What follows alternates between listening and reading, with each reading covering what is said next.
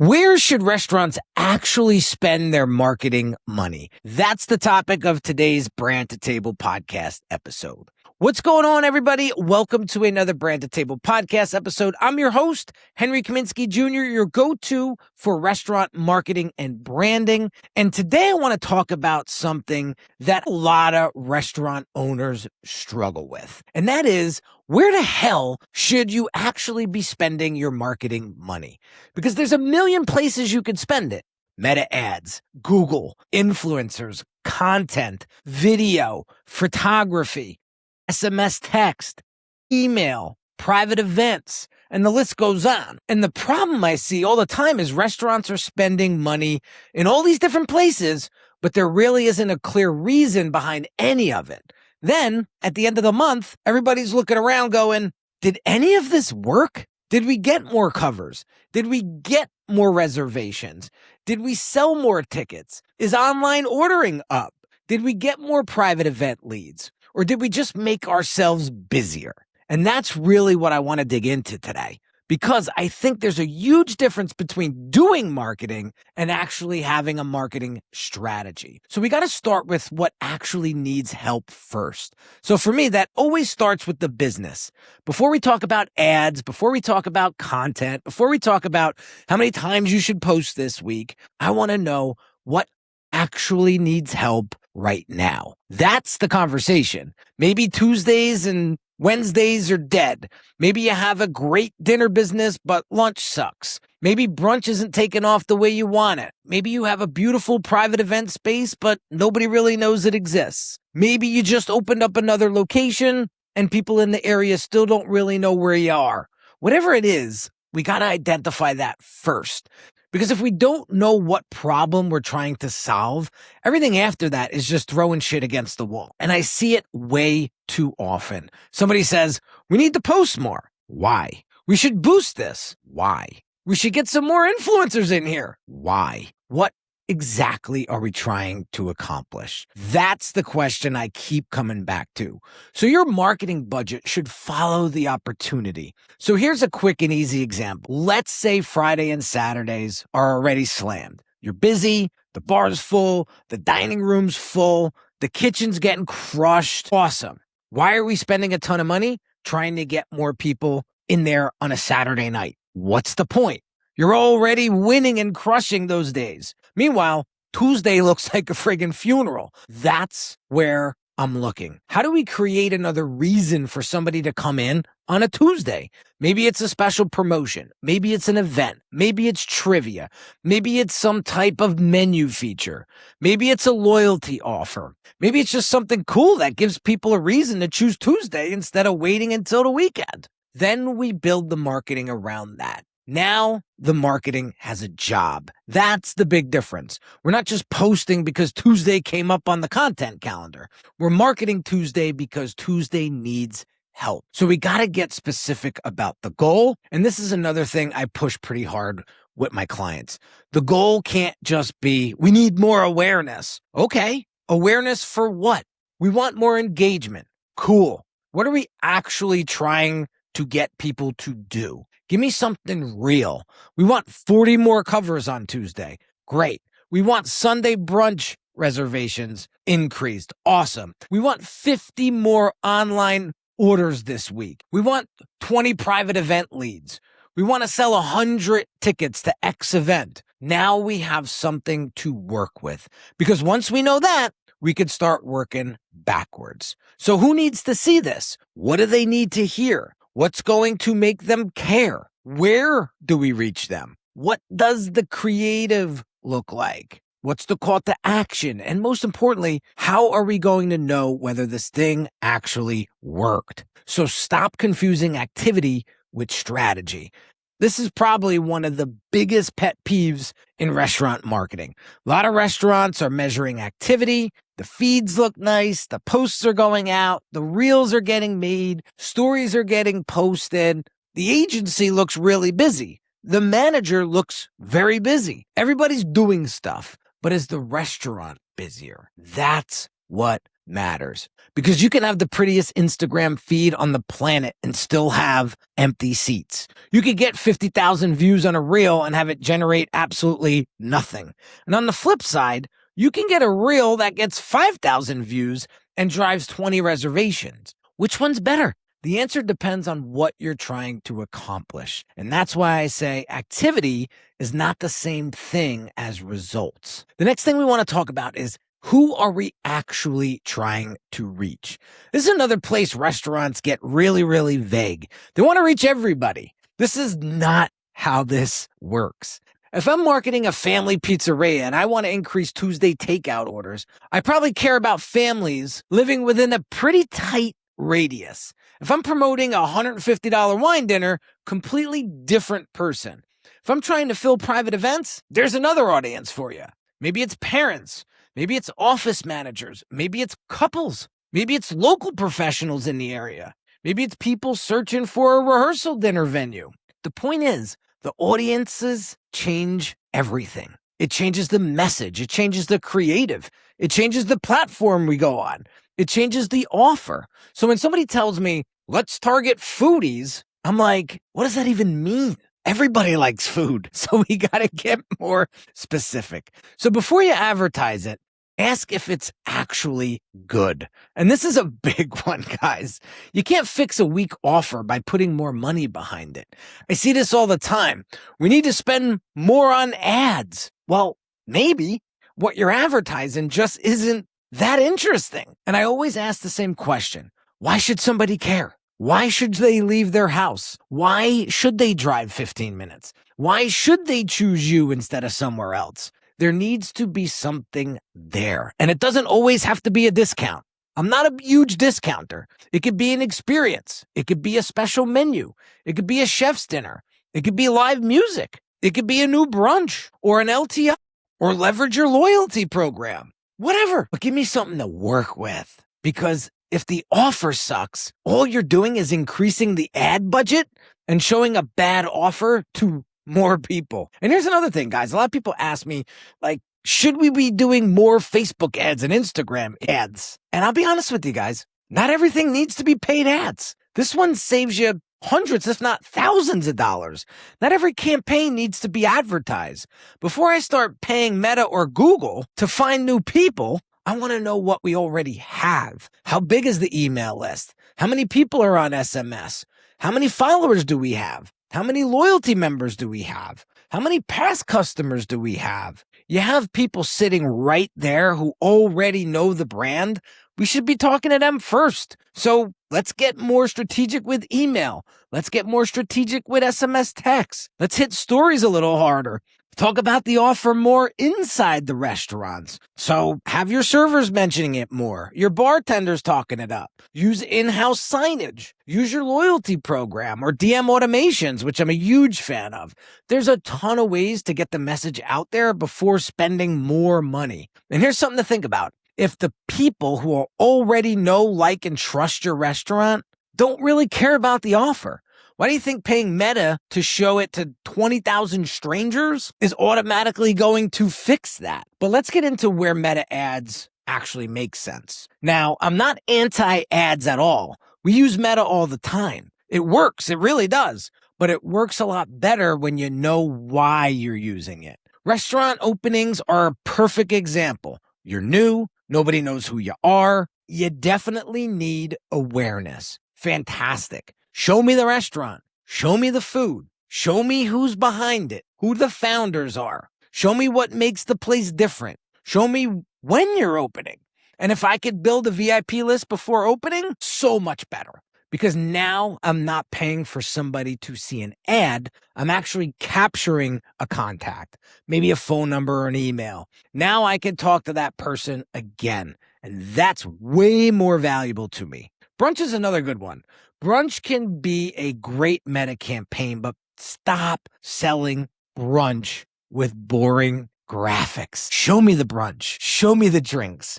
Show me the pancakes. Show me the room. Show me the people experiencing it and having fun. Show me what Sunday actually feels like at your restaurant. Because people aren't just buying eggs. They're buying an experience. They're buying Sunday with their friends. They're buying a date day. That's what the content needs to sell. Here's one that's super easy to measure. Ticketed events. Let's say you have 100 tickets. They're $1.25 each. There's 12.5 sitting right there. Fantastic. Now we have a number. Now we can have a real conversation about marketing spend. How much are we willing to put behind this thing to actually sell out the room? That makes sense to me. That's a hell of a lot better than, let's put $2,000 behind this reel and see what happens. I hate, let's see what happens. That's not a strategy, guys. Now, I do get some questions about Google too, and here's where Google makes a lot of sense. The biggest thing here, guys, is intent. Meta interrupts people. Google catches people who are already looking for something. So if I'm scrolling Instagram, I might not be thinking about booking a rehearsal dinner.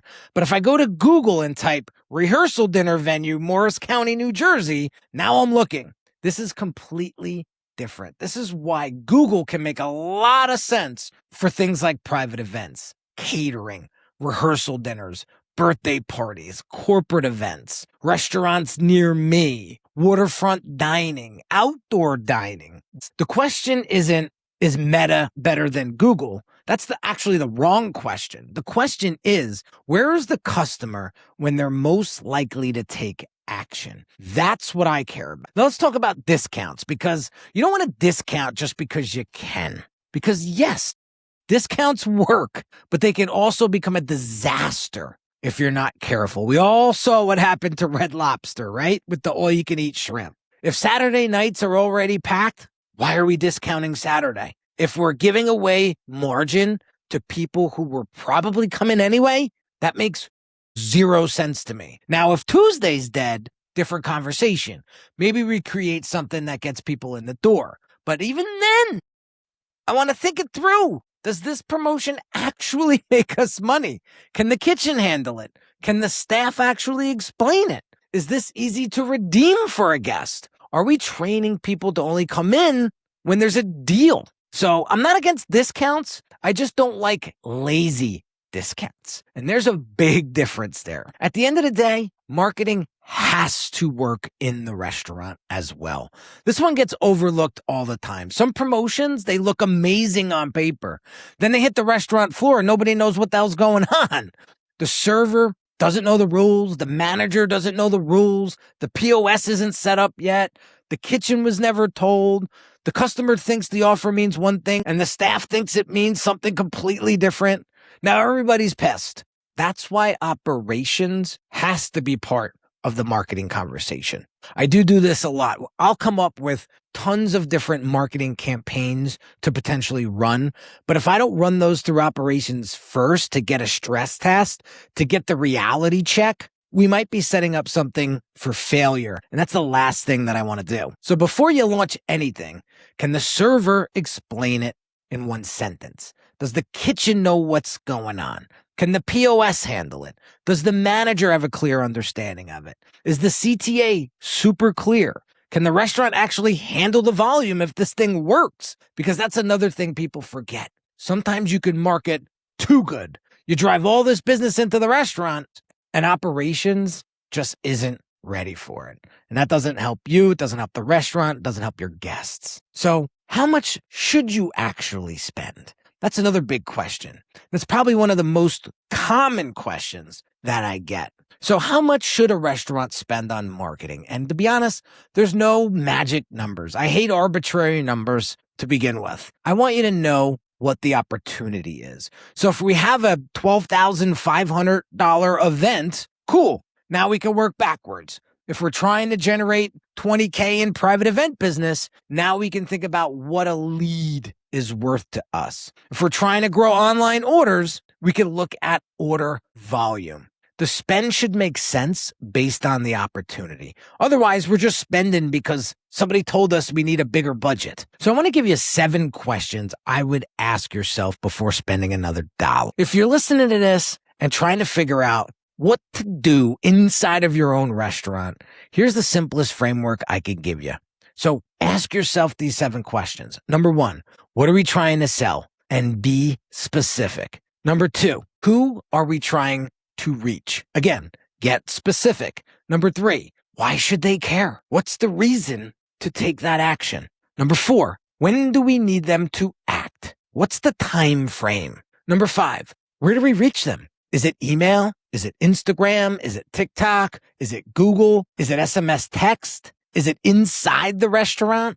Number 6, how are we tracking this? Figure that out before the campaign starts. I'll give you a quick example. We have POS systems directly integrated with OpenTable because that's the platform we use the most. And we know when we send out an email, how much that email brought in dollars to the penny. Very, very important. You want to track your metrics. And last but not least, number 7, what actually has to happen for this thing to make sense financially? If you can't answer that question, be very, very careful because that's where restaurants start throwing money around without knowing if they're getting it back. The one thing I want you to understand, though, is I want you to stop thinking one campaign means one channel. A campaign is not the same thing as a platform. Let's say we have a wine dinner coming up, right? The wine dinner is the campaign. Instagram's one channel. Email is another channel. SMS is another channel. Meta ads is a different channel. Signage inside the restaurant, another channel. So maybe we shoot a reel, maybe we run ads to it, maybe we send an email, maybe we hit the stories, maybe we send an SMS out closer to the date, or we have some table tents. Now that's one campaign that has a lot of support behind it. That's way stronger than having 7 random marketing ideas floating around all at the same time. I'll be honest, most restaurants don't need more ideas. This is probably one of the biggest things I've learned. Most restaurants don't need it. They don't. They have a ton of ideas. They need focus because everybody wants to promote everything. Brunch, happy hour, private events, the new burger, the cocktail menu, lunch. Everything becomes the priority. And when everything's important, nothing's important. So I'd rather take 1 or 2 bigger opportunities in the business right now and go ham on those. Build the campaign, get the creative right, repeat the message, use multiple channels, and then measure it. Learn from it. And then we move on to the next priority. And guys, do me a favor. Please stop posting something once. Restaurants are terrible with this. And I hate to bash, and I'm not trying to bash, but I always hear, we posted the event. Okay. Once? How many times? Nobody saw it. Or at least most people didn't see it the first time. People are busy. The algorithm's the algorithm. Stories disappear. Emails get ignored. You have to repeat yourself. And that doesn't mean using the same graphic 15 times. You got to switch it up. Talk about it from different angles. Show the food. Have the chef talk about it. Have the bartenders talk about it. Create a reel around it. If you already have graphics, create it. Use stories. Use signage. Use digital screens in the building. Same message, different format. So frequency matters here. A lot. And also, we don't want to forget about the people who already like you. Everybody wants new customers, and I get it. I would too. But restaurants sometimes overlook the people who already gave them money. You may have thousands of people who already ate there. They know you. They trust you. They've liked the experience so far. What are you doing to bring them back? Sometimes the smartest marketing move isn't finding another new stranger. It's getting somebody who already likes you to come back more and more that month. That's why email matters. That's why SMS matters. That's why loyalty matters and bounce back offers matter. What happens inside the restaurant matters. Acquisition is great, but retention is where you really make the money. So if there's one thing I want you to take away from today's episode, it's this. Your marketing budget should follow the business opportunity. That's it. Don't spend because you think you need to post more. Don't run ads because everybody else is running ads. Don't hire an influencer just because somebody told you influencer marketing is hot right now. Start with the business. Where are you weak? Where's the opportunity?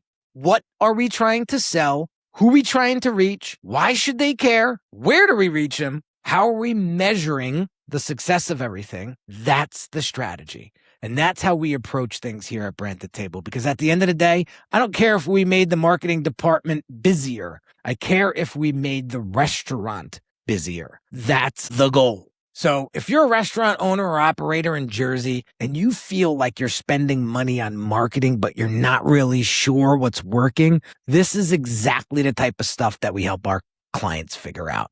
So check out Brand to Table. There's a link in the description. You could jump on a call with me and we could go over where you're struggling and how we can potentially help you. So if you got something out of this episode, guys, send it over to another restaurant owner or operator who needs to hear this. I'll catch you on the next episode. Peace.